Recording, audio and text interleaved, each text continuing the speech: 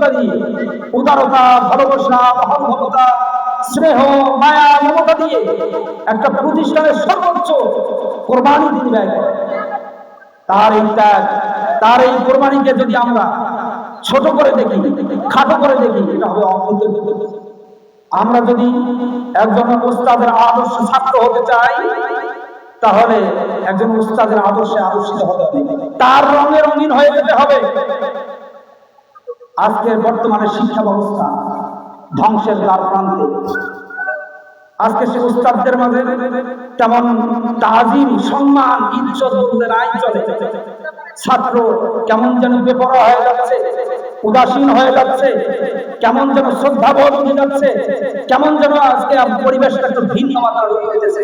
কারণ আস্তে আস্তে দিনই পরিবেশ লোপ পেতেছে, দিন আমাদের মাঝ থেকে বিদায় নিতেছে।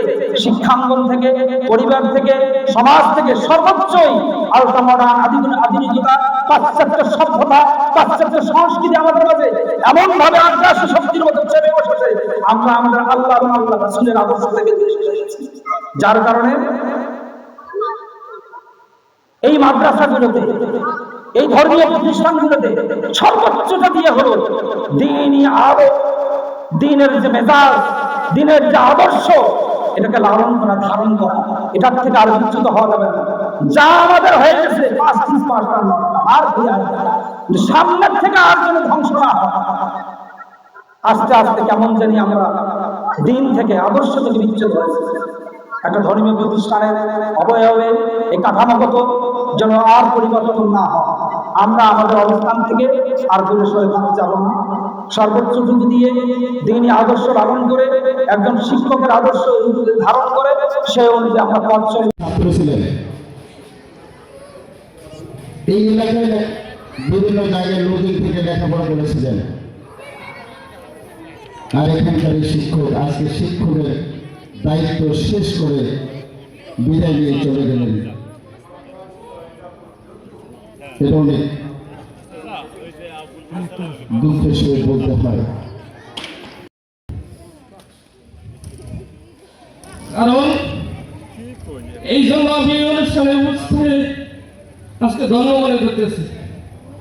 কারণ উনি আমাদেরকে ভিত্তি স্থাপন করেছেন, কারণ উনি যে লেখাপড়া আমাদের শিখিয়েছেন, আজকে আমি মুসল্লি পারস্পর হতে পারতাম না যদি তার আদর্শে আমরা আদর্শিত না হতাম। এই জন্য প্রাণ খুলে দোয়া করি তার বাকি জীবনটা যেন। নিয়ম অনুযায়ী বিদায় অনুষ্ঠান, এই বিদায় অনুষ্ঠানে উপস্থিত অত্র মাদ্রাসার সভাপতি এবং অধ্যক্ষ মহোদয়, উপস্থিত আসলে আমরা এখানে যারা চাকরিরত আছি সবাই আমরা একটা পরিবারের মতো।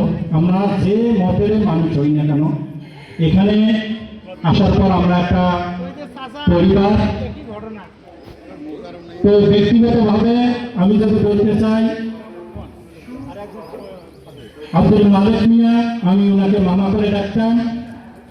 ওনার সাথে সকল শিক্ষক এবং ছাত্রছাত্রীদের সাথে খুব ভালো সম্পর্ক ছিল এবং উনি খুব ভালো মনের একজন মানুষ। আজকের থেকে এই প্রতিষ্ঠান থেকে তিনি অবসর নিচ্ছেন।